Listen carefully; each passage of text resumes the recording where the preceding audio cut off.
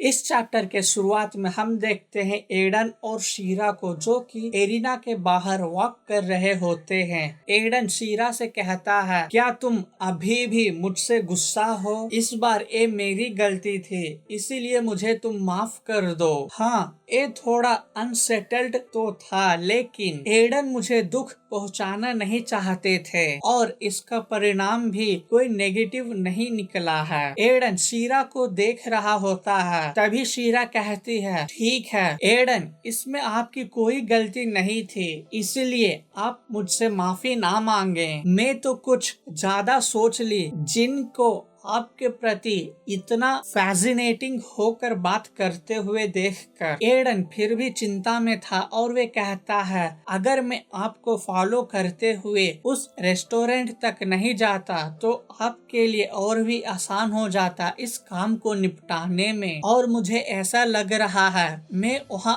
आकर आपके काम को और भी मुश्किल में डाल दिया था। शीरा उसे इस तरह माफी मांगते हुए देखकर हैरान हो जाती है और वे अपने आप से कहती है, आखिर में जितना भी ट्विस्ट एंड टर्न था वे सब को पार कर कर जिन मेरा हो गया है। कहानी थोड़ी देर पीछे जाती है, जहां एडन शीरा को जाने से रोकता है और वे कहता है, अब लगता है हमें इस कॉन्वर्सेशन को खत्म ही करना होगा। आगे एडन सीधा जिन के पास जाता है और वे कहता है, मैं तुम्हारे इंटेंशन को समझ सकता हूँ, लेकिन रिपल्टन अभी इस हालत में नहीं है कि वे तुम्हें अपॉइंटमेंट फीस वगैरह पे कर सके। जिन ये सुनकर हैरान हो जाता है और वे कहता है, अगर ऐसी बात है तो इसी बीच एडन कहता है, लेकिन ब्रिलटोक्सन फैमिली इतना केपेबल है कि वे तुम्हें मेंटेनेंस फीस वगैरह आराम से पे कर सकते हैं, इसीलिए मैं चाहता हूँ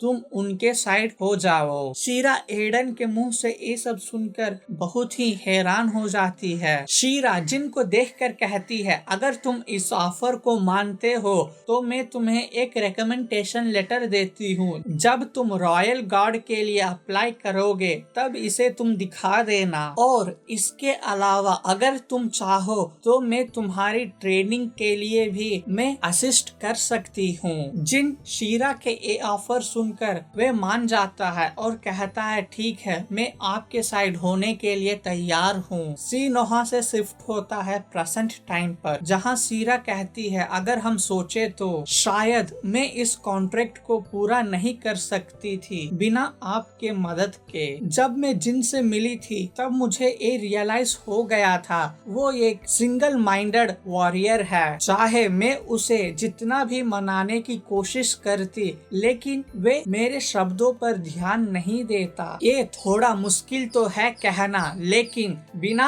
आपके मदद के मैं इस कॉन्ट्रैक्ट को फाइनल नतीजे तक नहीं लेकर आ सकती थी। थैंक यू मेरे साथ आने के लिए। इतना कहकर शीरा आगे आगे जाने लगती है और एडन उसके पीछे पीछे जा रहा था। तभी शीरा रुकती है और कहती है, एडन। एडन कहता है, हाँ बताओ। शीरा अचानक एडन के आंखों को देखती है और वे कहती है, ये किस तरह की एहसास है? ये तो बिल्कुल उसी दिन की तरह है। शीरा अपने चेहरे को मोड़ लेती है और कहती है, मुझे एक बात सच में समझ नहीं आ रही है। एडन कहता है, क्या मतलब है आपका? ये जो जिन था, ये आदमी इतना कठोर होकर भी अपने साथ फूल कैरी कर रहा था, ये सोचना थोड़ा अजीब नहीं लग रहा है? आपका इसका बारे में क्या ख्याल है? एडन ये सुनकर शीरा को हैरानी से देखने लगता है और कहता है, अब मुझे समझ में आ रहा है, क्योंकि आप इस टूर्नामेंट को पहले कभी नहीं अटेंड किए हैं, इसीलिए शायद आपको इसके बारे में पता नहीं है। शीरा कहती है, हाँ ये इस टूर्नामेंट को मैं पहली बार इन पर्सन देख रही हूँ, लेकिन इससे क्या लेना देना है इस टूर्नामेंट को। एडन मुस्कुराते हुए कहता है,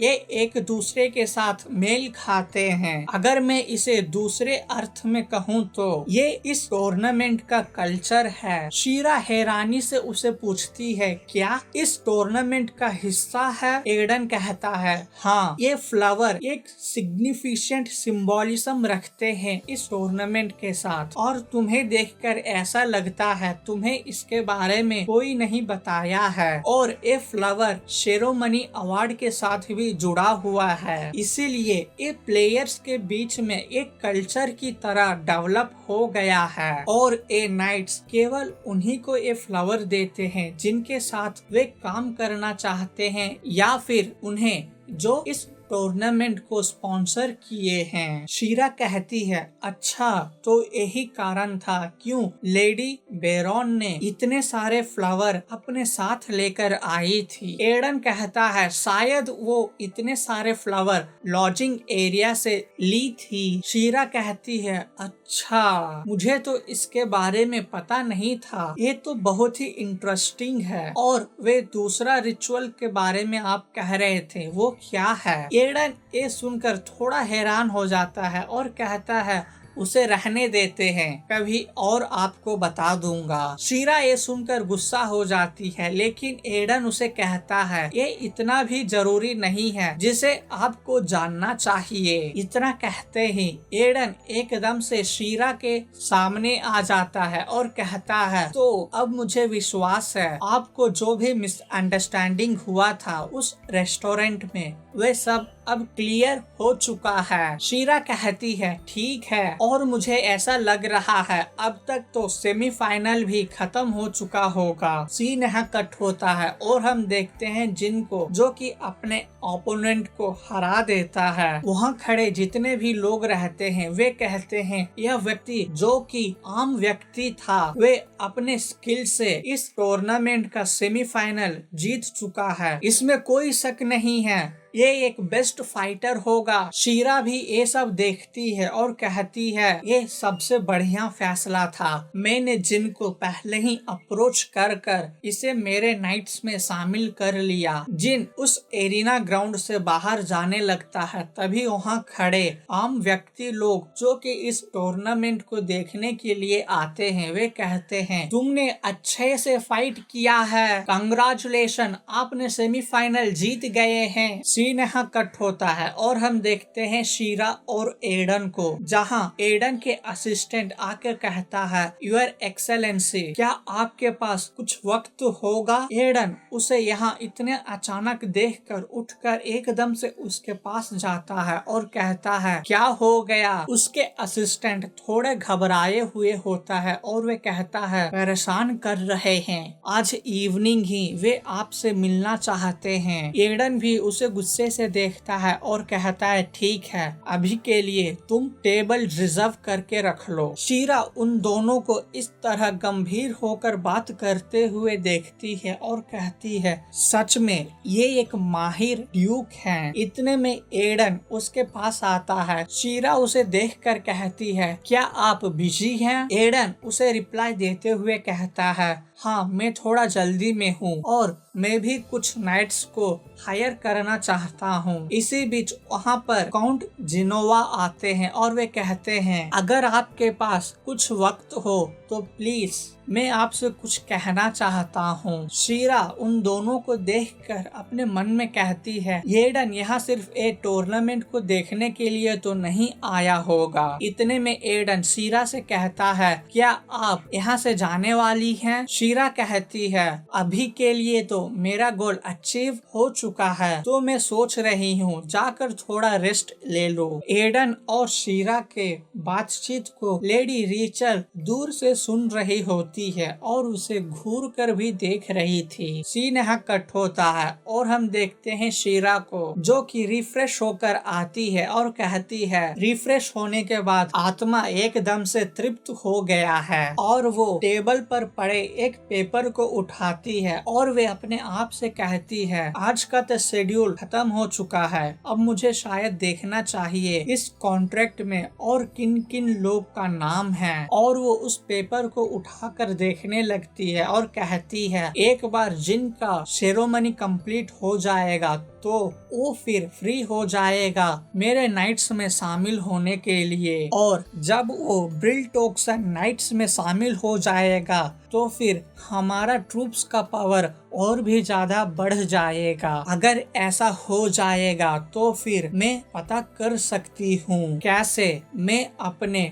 नसीब को बदल सकती हूँ, मेरे अपने डरावने और ट्विस्टेड फ्यूचर को, जिसमें मेरे पेरेंट्स मारे जाते हैं एक एक्सीडेंट के दौरान। कुछ लोग कहते हैं कि ये एक एक्सीडेंट था, लेकिन मैं इस पर विश्वास नहीं कर सकती। यहाँ तक कि हजारों सैनिक और गुप्तचर भी इस जगह के अच्छे से छानबीन किए थे लगभग 4 दिनों तक, लेकिन उन्हें एक्सीडेंट की जगह पर कुछ भी सबूत नहीं मिला। इतने में मेरे पास एक औरत आती है जो कि वेलिटा होती है, और वो बस एक ही दिन में वो सब चीज पता कर ली, मानो जैसे उसे सब चीज पहले से ही पता था यहाँ क्या होने वाला है। सीन यहाँ कट होता है और हम देखते हैं प्रेजेंट में, जहाँ शीरा उस पेपर को गुस्से से निचोड़ देती है और कहती है इस सब के पीछे कहीं ना कहीं जरूर